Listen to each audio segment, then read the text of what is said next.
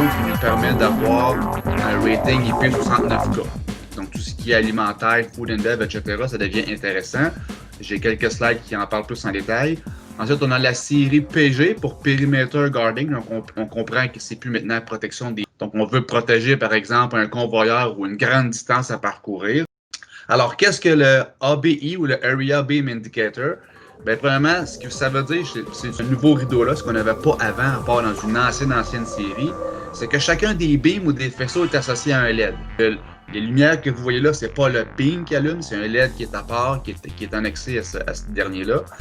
Et il y a 3 couleurs. C'est pas un choix de 3 couleurs, il est natif avec les 3 couleurs.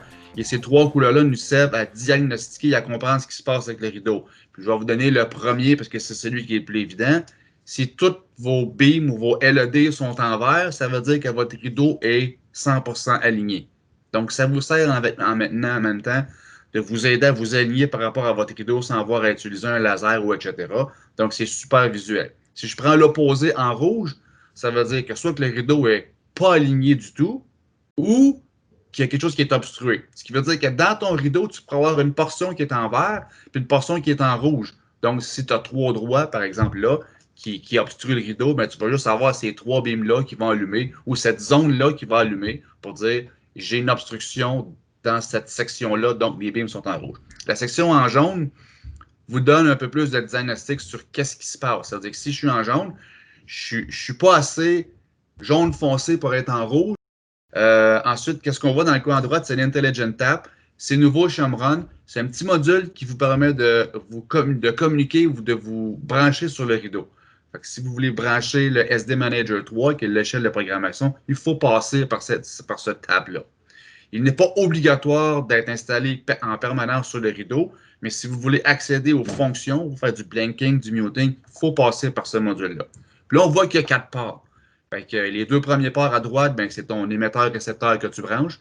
Le premier port en haut à gauche, ben, c'est ce qui s'en va à ton panneau, à ton relais de sécurité pour pouvoir envoyer tes communications, etc.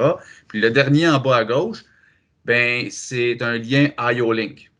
Fait que si vous avez un module Omron IO-Link, on peut se connecter directement dessus puis avoir tout le statut et plein d'informations inimaginables que vous pouvez avoir sur le rideau, ça passe par cela, par ce port-là. Donc, si vous voulez avoir IO-Link en tout temps, il faut que le module soit là en tout temps. Sinon, vous n'avez pas besoin d'avoir l'intelligence en tout temps. Dans la série SR, ben on a Finger Protection, on a protection des mains, protection des bras et des jambes, et Body Protection, qui n'est pas un périmètre, mais qui est body, donc qui est 85 mm de résolution. Et dans tous ces modèles-là, on a, à l'exception de protection des doigts, une portée de 20 à 30 mètres. OK?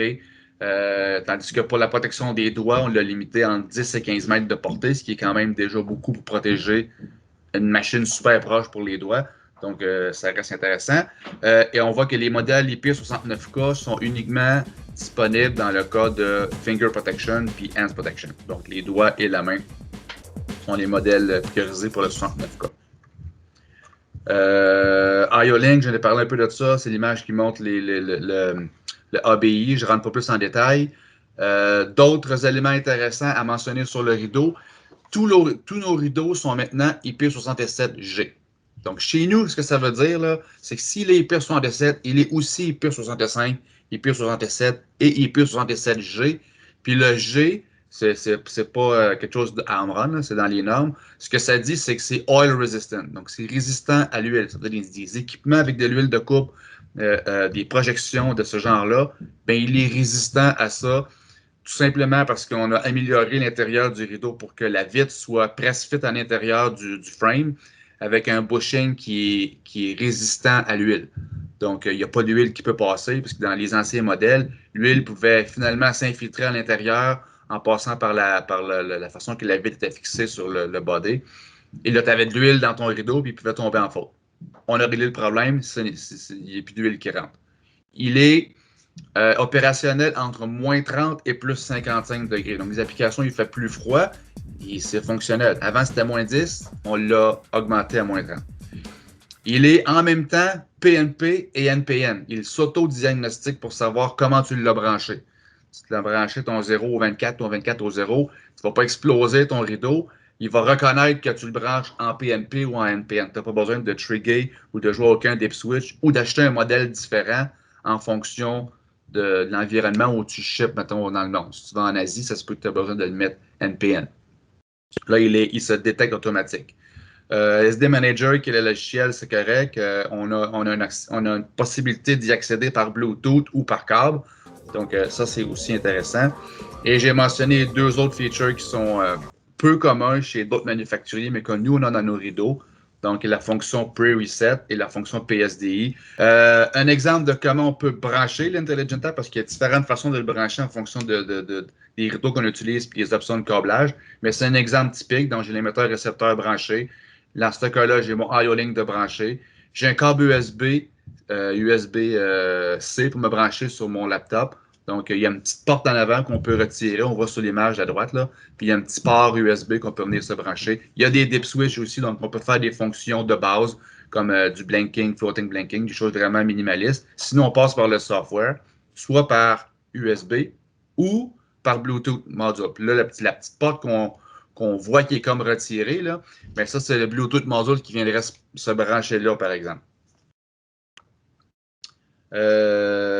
Bon, juste pour venir rapidement sur l'Intelligent Tap, qu'est-ce que ça peut faire? Ça te permet de downloader dans ce module-là, mettons, une programmation d'un rideau. Mettons, tu fais 4 machines pareilles, mais puis ta machine a du muting, puis c'est assez funky comment est-ce que tu as configuré ton rideau pour le muting, mais tu peux downloader ce programme-là dans l'Intelligent Tap.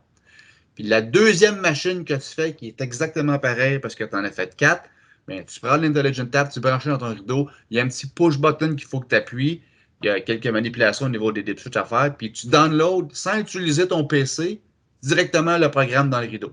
Fait que tu peux, soit dans ce cas-là, faire un restore, c'est-à-dire que si tu as une nouvelle machine, ben, une nouvelle machine, c'est pas un restore, ça serait comme un backup que tu mets dans ton nouveau rideau.